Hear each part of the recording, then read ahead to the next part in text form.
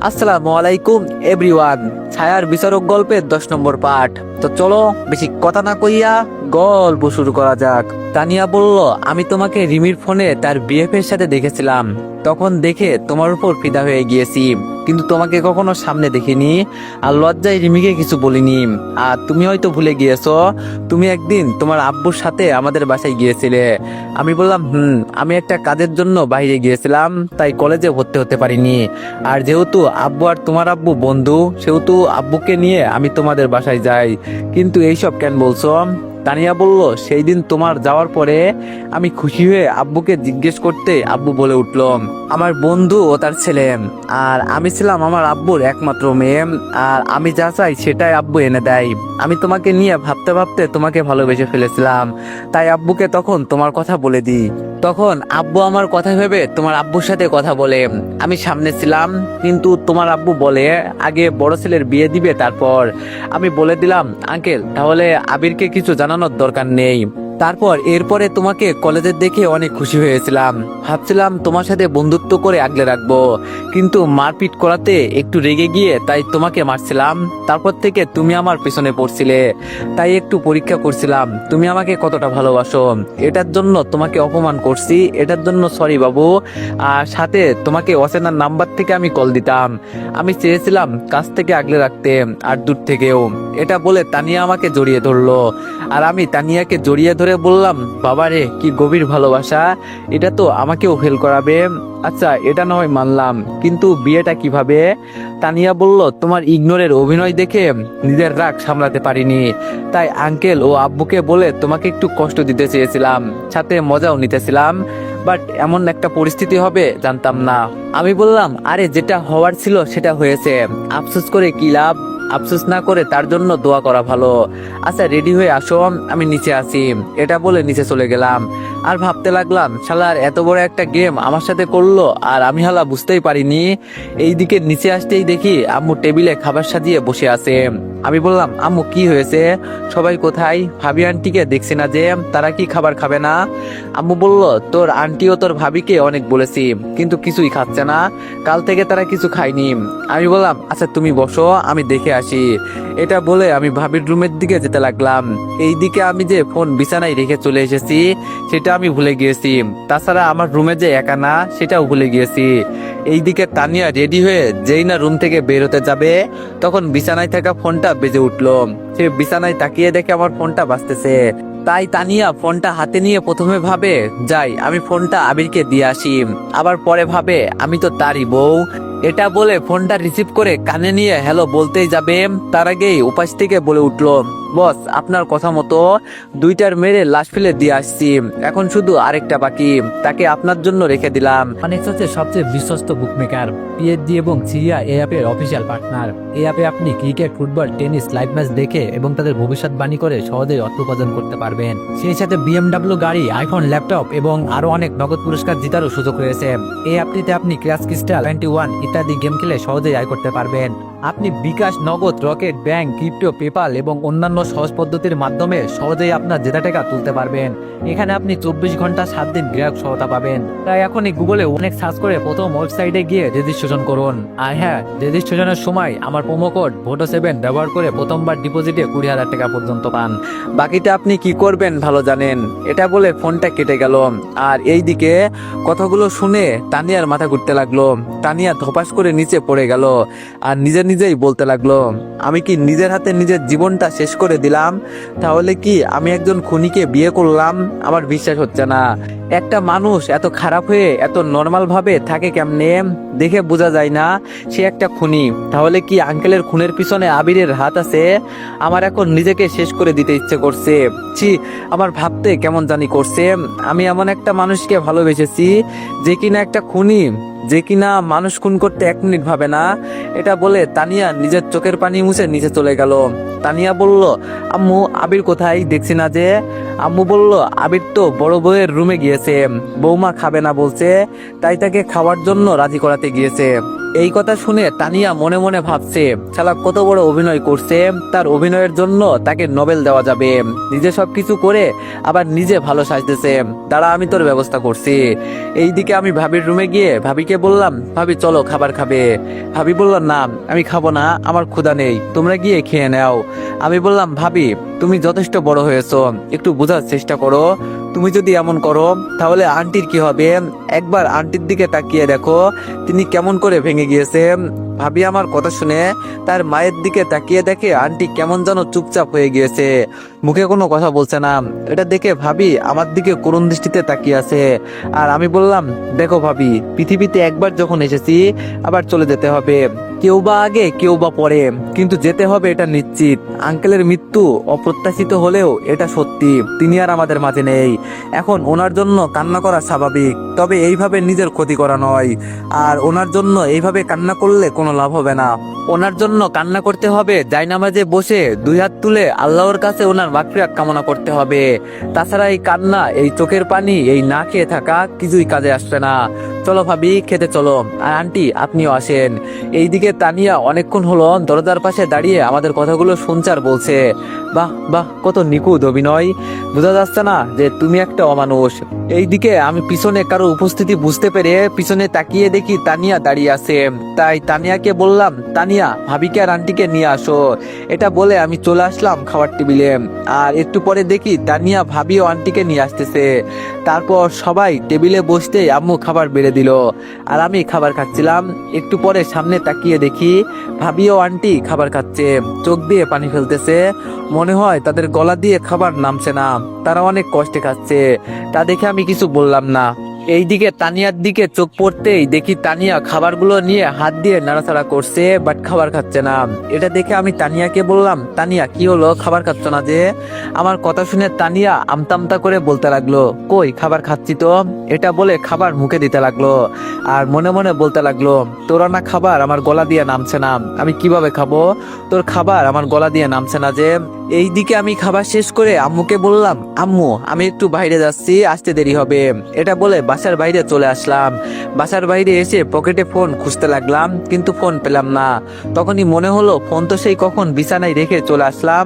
তারপর আর দেরি না করে বাসায় ঢুকতেই আম্মু বলে উঠলো, কিরে আবার ফিরে আসলি যে, তোর না কোথাও যাওয়ার কথা ছিল? আমি বললাম, ফোনটা রুমে আছে, নিতে আসছি।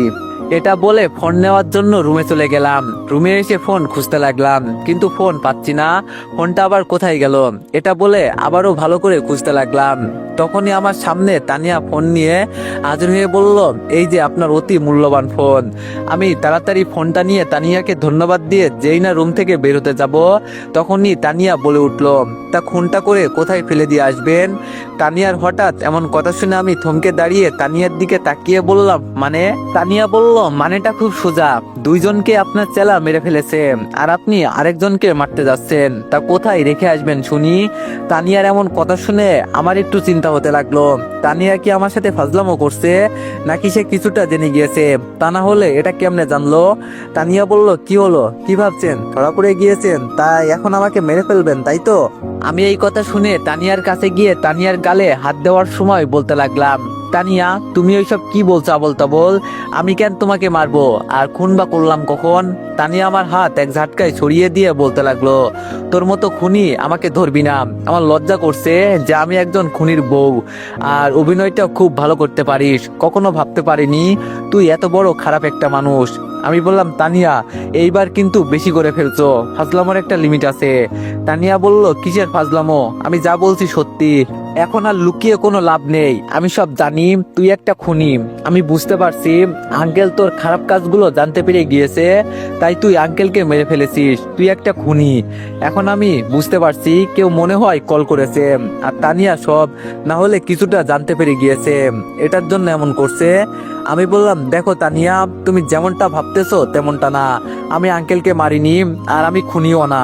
তানিয়া বলল, তোর মিথ্যা অনেক শুনেছি, আর শুনবো না। তোর ভালো মানুষের চেহারার পিছনে লুকিয়ে থাকা খারাপ মানুষটাকে আমি চিনে ফেলেছি। আমি বললাম, দেখো তানিয়া, তুমি আমাকে ভালোবাসো আর আমিও তোমাকে অনেক ভালোবাসি, প্লিজ বিশ্বাস করো আমি খারাপ কিছু করিনি। তানিয়া বলল, বিশ্বাস আর তোকে? আমি তোকে ভালো আগে বাসতাম, এখন না, এখন শুধু ঘৃণা করি, জাস্ট ঘৃণা করি। আমি তানিয়ার এমন কথা শুনে হালকা কষ্ট পেলাম এবং বুকের উপর পাথর রেখে বললাম, তানিয়া তুমি আমার কথাটা একবার শোনো। তানিয়া বলল, তোর কথা তো দূরে থাক, আমি তোর চেহারাটাও দেখতে চাই না, দূর হয়ে যা আমার সামনে থেকে। আমি বললাম, প্লিজ একটিবার কথাটা শোনো, তাহলে তোমার সব ভুল ভেঙে যাবে। তানিয়া বলল, যা জানার আমি জেনে গিয়েছি, তোর মিথ্যা বানোয়াট কথা আর শুনতে চাই না, দূর হয়ে যা। তানিয়া আগে অনেক অপমান করেছে, তখনও কষ্ট পেয়েছি, এটা ভেবে যে সে আমাকে একদিন ভালোবাসবে। সে আমাকে ভালোবেসেছে, বাট বিশ্বাস করতে পারিনি। সে যদি আমাকে সুন্দরভাবে জিজ্ঞেস করতো বা আমার কথা শুনতে চাইতো, তাহলে আমি বুঝিয়ে বলতাম, কিন্তু সে আমাকে অবিশ্বাস করছে। তানিয়ার আজকের কথার চেয়ে আমার উপর তারও আর বিশ্বাস নেই, এটা ভেবে অনেক কষ্ট হচ্ছে। আমি বললাম, আচ্ছা ঠিক আছে তানিয়া, আমি তোমার সাথে আর কথা বলবো না, কিন্তু আমার একটা আফসোস থেকে গেল, তুমি আমাকে ভালোবাসলে বাট বিশ্বাস করতে পারলে না। তুমি আমাকে ভালোবাসলে বাট আমার কথাগুলো শুনতে চাইলে না। আমি তোমাকে আর শোনাবো না, তুমি তোমার মতো থেকো আর আমি আমার মতো থাকবো। আর হ্যাঁ, যদি আমার থেকে মুক্তিও চাও তাহলেও দিব, কারণ তুমি তো আর খুনির বউ হিসাবে থাকতে চাও না। ভাই ভালো থেকো। এটা বলে আমি সেখান থেকে চলে আসলাম। এইদিকে আমার যাওয়ার দিকে তাকিয়ে তানিয়া বলতে লাগলো, এমন ভাবে বলছে যেন সে কিছুই করেনি, তোমার তুলসী পাতা মনে হয়, যা যা, তোর বউ হিসাবে আমিও থাকতে চাই না। আম্মুর রুমে গেলাম। আম্মু বলল, কি রে বাবা, কোথাও যাচ্ছিস নাকি?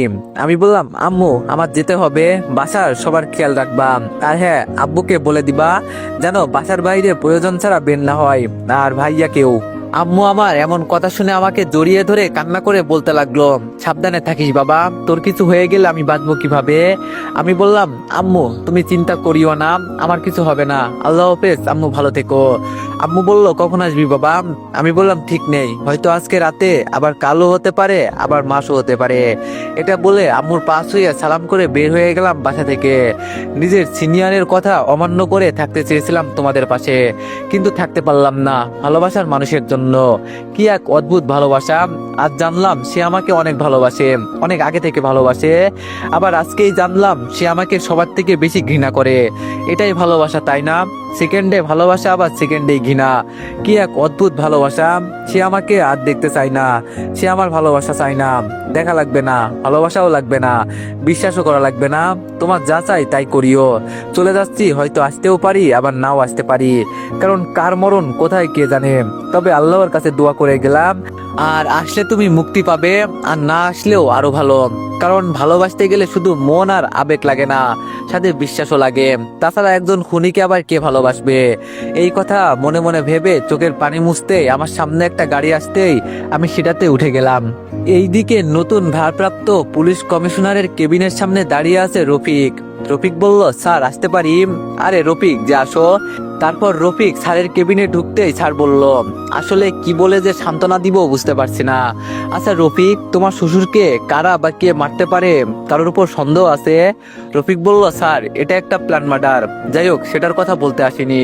কমিশনার বলল, তাহলে? রফিক বলল, স্যার আমার ফ্যামিলিগত সমস্যার জন্য আমি এই চাকরিটা ছাড়তে চাচ্ছি, এই নিন রিজাইন লেটার। কমিশনার বলল, কি বলছো রফিক, তোমার মাথা ঠিক আছে তো? দেখো আরেকবার ভাবতে পারো, এটা তোমার স্বপ্ন।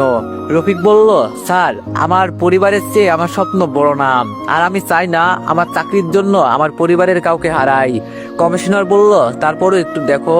রফিক বলল, স্যার পুরো সকাল থেকে ভাবছিলাম কেবিনে বসে, আর ভেবে বলছি, এই নিন রিজাইন লেটার আর ব্যাজ বন্দুক। আজ থেকে না পুলিশের সাথে আমার কোনো সম্পর্ক আছে, আর না আমি পুলিশের সাথে সম্পর্ক রাখতে চাই। বাই স্যার, ভালো থাকবেন। এটা বলে রফিক সেখান থেকে চলে আসলো। এইদিকে রক্ত মাখানো শরীর বাঁধা অবস্থায় পানি পানি বলে কাতরাচ্ছে রকি। তখনই সেই আগন্তুক রকির সামনে একটা টেবিল নিয়ে বসে বলল, কিরে খুব পানি পিপাসা পেয়েছে তাই না?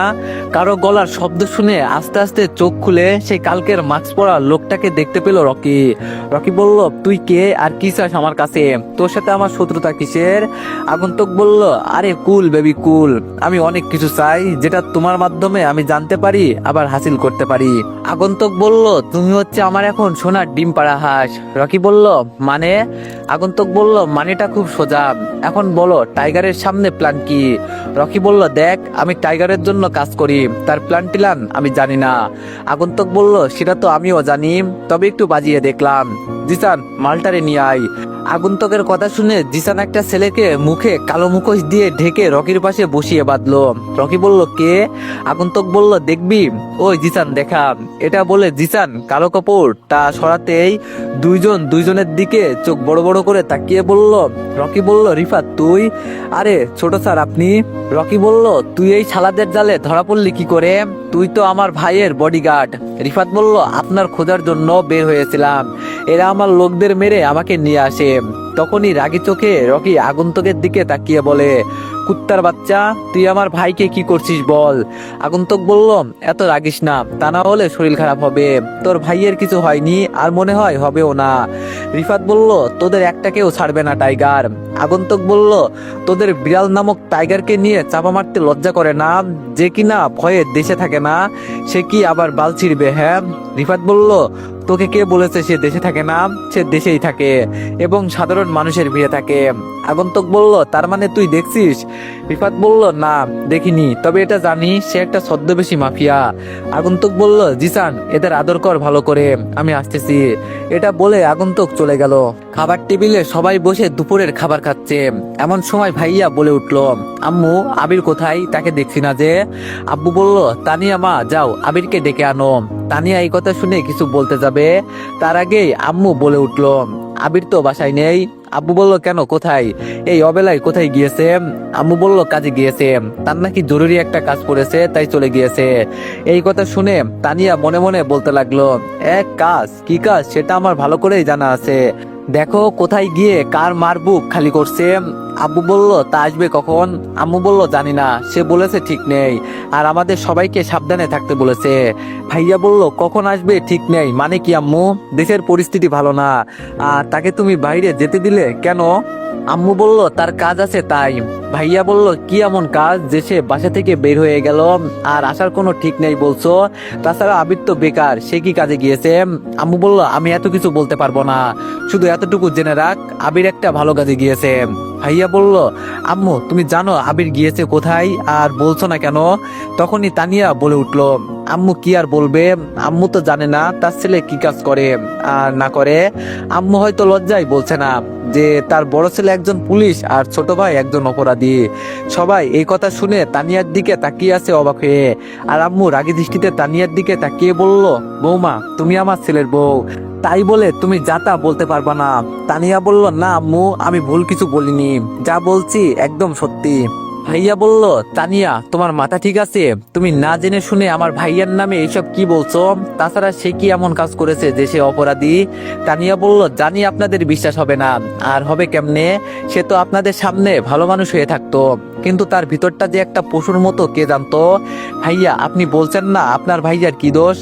বলছি, এটা আমাকে এই বাসা থেকে বের করে দিলে আমি বের হব, আমি চাই না আমি একটা খুনির বউ হয়ে থাকতে।